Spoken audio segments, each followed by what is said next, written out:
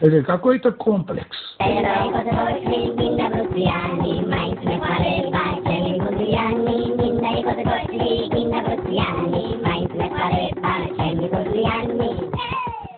შენ უნდა მიიღო გადაწყვეტილება.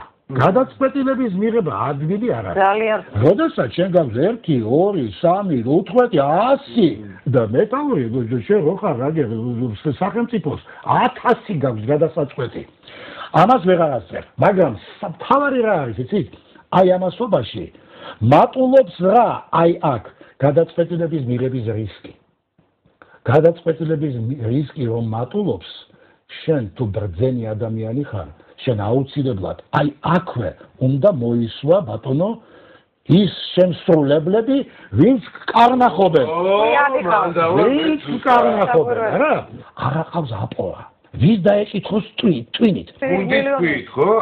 აი ეს გუნდი არ არის, აქ მონები არიან, წარმოიდგინეთ. აქედან აი ეს ინფორმაციები რომ მიდის და გადამუშავება ხდება, ერთი მითხარით და გადაწყვეტილების მიღება ხდებაო, ხო? დიახ ბატონო. ერთი მითხარით გადაწყვეტილება, რომელიც საკვეკლის საკეთილდღეოდ ამ ადამიანმა მიიღო. ამას რა გადაწყვეტილება უნდა, რომ სასამართლო თავისუფალი უნდა იყოს? ამას რა გადაწყვეტილება უნდა? მეორე მასმედია რომ თავისუფალი უნდა იყოს, ამას რა გადაწყვეტილება უნდა თვითონ აკლავდა თავს ამას რომ თავისუფალი უნდა იყოს ოპოზიციაში იყო. სასამართლო რომ თავისუფალი იყოს, ამას ეს გადაწყვეტილებები უნდა, ეს საერთოდ არ ჭირდება ამას. ეს რომ ურჩიოს ამას. ერთადერთი რაც შეიძლება რომ გააკეთოს და დაფიქრდეს არის ის, მართლა ბრძენი რომ იყო, რომ ჩემი ქვეყანა ავარიდო ამ შარს და ომს და პოლიგონად არ ვაქციო, რომელიც უკვე აქცია. დავიწყოთ საწყისი წერტილიდან. აქ როცა ეს ადამიანი ჩვენ მოვიყვანეთ, მისთვის პროგრამა არ მოგვითხოვია. მას ციდან ჩამოუვარდა ხელისუფლება, ისე რომ მას არც გუნდზე არ დასჭირდა ფიქრი, არც პროგრამაზე, არც იმაზე, ვინ გახდა ის, რა უფლებამოსილება მიიღო. ის არის განხორციელებული ოცნება, მისი რაზედაც ალბათ სიზმაშიც ვერ ოცნებობდა თამამად, ხო? შესაბამისად, აქედანვე დაიწყო მანკიერი მოძრაობა. ანუ ჩვენ რო იქ თავიდანვე მოგვეთხოვა მისთვის და არ ყოფილიყო ჩვენთვის ამოსავალი წერტილი რომ ლამაზი ახალგაზრდა ენერგიული საკმარისია. ის ჩვენთვის არის სამხედრო დამნაშავე. მან ჩაიდინა ჰუმანიზმის წინააღმდეგ დანაშაული, ჩვენი მოქალაქეების წინაშე და ომის დანაშაული. ის ამ პასუხისმგებლობას ვერ გაიქცევა, მაგრამ მოდით შევხედოთ ამ სიტუაციას იმ კუთხიდანაც, რომ საზოგადოებამ ხელი შეუწყო. რომ ის ამ საწყის წერტილში, როცა ჯერ კიდევ არანაირი დანაშაული არ ჰქონდა, გადაიქცა ესეთ მძიმე დანაშაული და კრიმინალად. და როდესაც კონსტიტუცია გადაგვახშიეს თავზე, კანონმდებლობას ცვლიდა როგორც უნდოდა და ნელ-ნელა ხდებოდა ის დიქტატორი, როგორც დღეს არის. აი, იცით რა, მაშინ უნდა გვეფიქროთ, ეხლა უკვე ძალიან გვიან არის. ეხლა უკვე ეს არის ჩამოყალიბებული კრიმინალი და ამიტომ საუბარი მასზე რაღაც ფსიქოლოგიური კუთხით ან რაღაცა სხვა კუთხით უკვე მე გეთახმებთ რომ ეს არის აღმაშფოთებელი ვითარება, მაგრამ ხوبარჯობია ვიფიქროთ იმაზე და იქნებ ვისაუბროთ ამაზე, როგორ შეიძლება დავიბრუნოთ საწყისი პოზიცია. ჩვენ თუ არ დავბრუნდით საწყის პოზიციაში და ეს ესკალაცია რაც ეხლა ხდება სამწუხაროდ ძალიან საშიში. მე გეტყვით რომ მე მაგალითად აი როგორ ვიმოქმედო 9 აპრილს მაგალითად შემეძლო აბსოლუტურად აი გულწრფელი ვარ ახლა ამას ასაც ლაპარაკობ და მართალი ვარ. მე მაგალითად აი ამ ეტაპზე როდესაც იყო იანვრის ისა ნოემბრის 2003 წლის აი ეს ვარდის მოვლენები შემეძლო რომ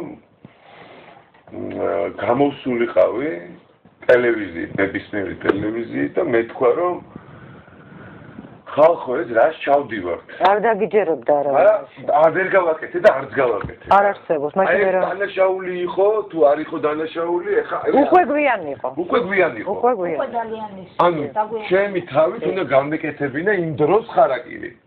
ესვით რომ აი ვიღუპებით. და არ ვთქვი ეს რა, მე ამიტომ შეიძლება ვადანაშაულებ ჩემ თავს. თუ შეგქმნით ეს მოსწრე. მოდით რა ამაზე შევთანხმდეთ, რატო იცით? აი ჩვენ რომ გვეფიქრა, მარტივი რაღაც მე ამას ვამბობდი. დავფიქრდეთ ამ ადამიანს ჩვენ ვაძლევთ ჩვენი სახელით ომის გამოცხადების უფლებას. და ვენდობი თამაში. აი ხა მართლა გულწრფელთაო, რატო ენა არ გამიხვა, როცა ამას ვამბობდი, იმიტომ რომ მე მართლა ვერ წარმომიდგინა, რომ რეალურად ის ამ უფლებასაც გამოიყენებდა. და გამოიყენებდა. ანუ აძლევთ ამ ადამიანს უფლებას, რომ ჩვენი სახელით წავიდადოს, მან კაპიტულაციას მოაწერა ხელი. ჩვენი სახელი. აი ეს აგვისტოს ხელშეკრულება, რომელიც მან დადო ევროკავშირთან, სამხრივად ცეცხლის შეწყვეტის შესახებ, მაშინ დილის 5 საათზე, მაშინ როდესაც ამის შესახებ არავინ არ იცოდა, ანუ ლაპარაკი შეიარაღებულ ადამიანებს. მოდი ეს ცოტა ფიქრობთ ძალიან, მაგრამ ეს ჩაგეკითხებით უფრო. ჩვენ ამის უფლება მისთვის არ მიგვიცია. იანრის მოვლენების შემდეგ, როდესაც უბრალოდ ავერიდეთ სისხლის ზღვრას. მე მინდა რომ აი რაღაც გამოსავალი ვიპოვოთ. გამოსავალი ჩემი აზრით არ არის დაჯახება ძალადობის წინააღმდეგ ძალადობის. არავის არ უნდა. ეგ არავის არ უნდა. გამოსავალი არის 7 ჩემი აზრით. 7 და მასიური საპროტესტო აქცია რა. მე პოზიტიურად ვუყურებ მაინც ყველა ამ უბედურებას, რაც თავს გადაგვხდა, იმიტომ რომ მე მგონია, რომ ჩვენ ვაკეთებთ ნახტომს მართლა საზოგადოებრივი, სამოქალაქო საზოგადოებრივი მდგომარეობისკენ. როდესაც ვართ ესეთ სიტუაციაში ვლაპარაკობთ ამ თემებზე და როდესაც ჩვენ გვაქვს საშუალება ვიმსჯელოთ იმაზე, რომ მივეცით ეს მანდატი, ხა როგორ უნდა ჩამოვართოთ. მშვიდობიანი კანონიერი ფორმით.